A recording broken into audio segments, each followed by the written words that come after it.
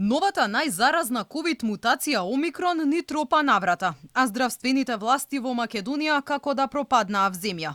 Уште откако беше објавено дека светот се соочува со нова корона закана, западните земји ги спуштија рампите за да се заштитат.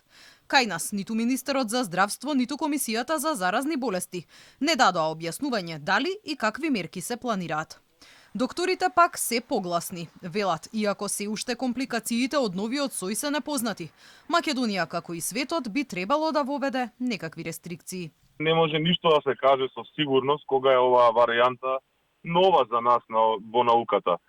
10 дена како што е објавена. Ние целата пандемија учиме од додека се бориме на терен со овој вирус. Би препорачал сите кои што влегуваат во земјава да имаат дополнително од вакцинацијата негативен ПЦР тест и карантинско изолирање на лицата дали 4 или 7 дена, но тоа е сепак моја препорака, не е ова препорака од државата. Доктор Евковски е дециден дека повеќе од година и половина граѓаните се оставени сами да се снаоѓаат со вирусот. Вели Комисијата за заразни болести мора итно да се реформира, а во неа наместо луѓе блиски до власта да седнат експерти кои ќе знаат како да се борат со пандемијата. Како што гледате, они навистина до сега она што го изработија е премалку за заштита на населението. Ниедна информација не е подновена од старт на пандемијата, се штитиме од големи капки, за разлика од малите капки кои што се шират преку воздухот.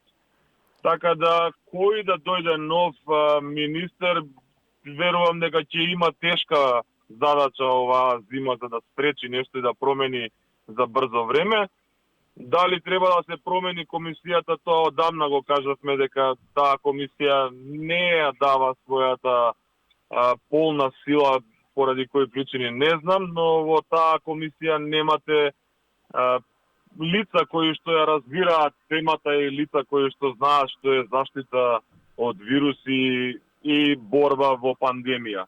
Во меѓувреме, јавноста се прашува каде се изгуби првиот човек во здравството Венко Филипче, кој како да се повлече откако дозна дека токму тој ќе добие нов наследник од алтернатива по договорот за нова проширена влада.